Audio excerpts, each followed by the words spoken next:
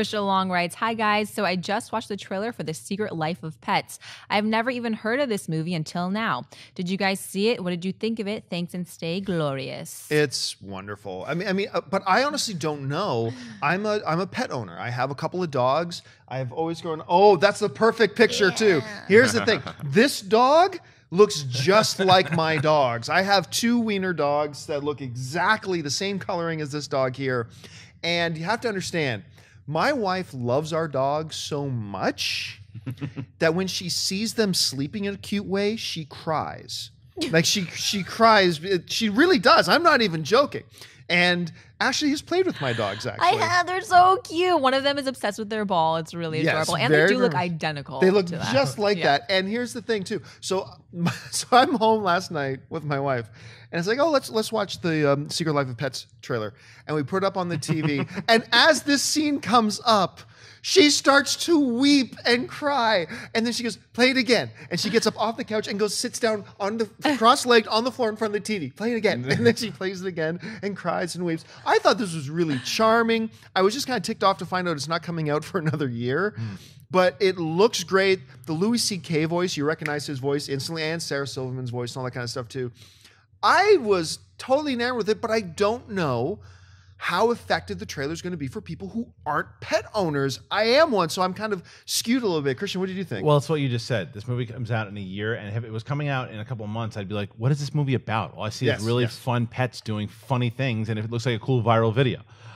Because especially at the end with the hard rock and the heavy metal and their that was great. The little dog jumping on the couch as the other one's headbanging. Super funny, but I have no idea what this movie's about. But it makes sense that it's not coming out for a year because this is just to let you know.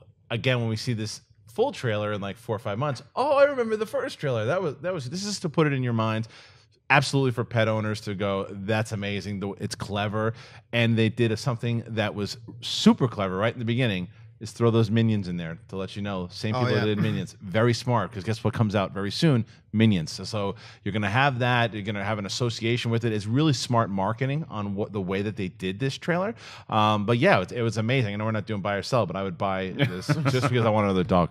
Well, I'm not a pet owner, but unlike you bubbling softies, I can be objective about this. You love cats. I love cats. I love cats. God. And the scene that stole this trailer for me was the cat that kept opening the fridge and looking at the turkey. It was killing me. I was dying laughing. This movie looks great. And I like the concept that it's almost like a Toy Story for pets instead of toys. It's like, what do these things do when humans aren't around? Those concepts are so endearing to kids and adults alike. It's so ripe for comedy. Speaking of comedy, when you look at all the vocal talent in this movie, we were talking about this on the show yesterday, where it's just usually you want to push celebrities into the vocal talent role, and even though there's plenty of non-famous people who could voice these things, but when you see that lineup, I mean, just the comedians alone, Steve Coogan, Albert Brooks, Louis C.K., this thing looks like a winner. It looks like a huge box office success for next year. You know, you also said, too, about Toy Story, what I was hoping wasn't going to happen, and it didn't, was that the doors shut and they start talking like along the lines of the Toy Story, and because Toy Story's done that already. I like that they were doing things that you feel pets would do. I had a pug. My pug would drag his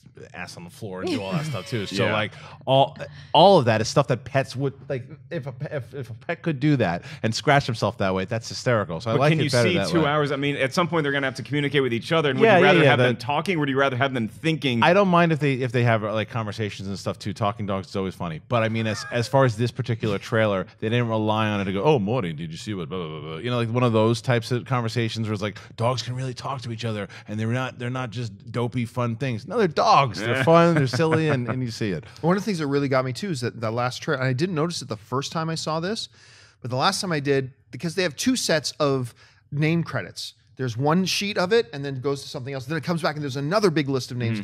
And the very last one was Albert Brooks.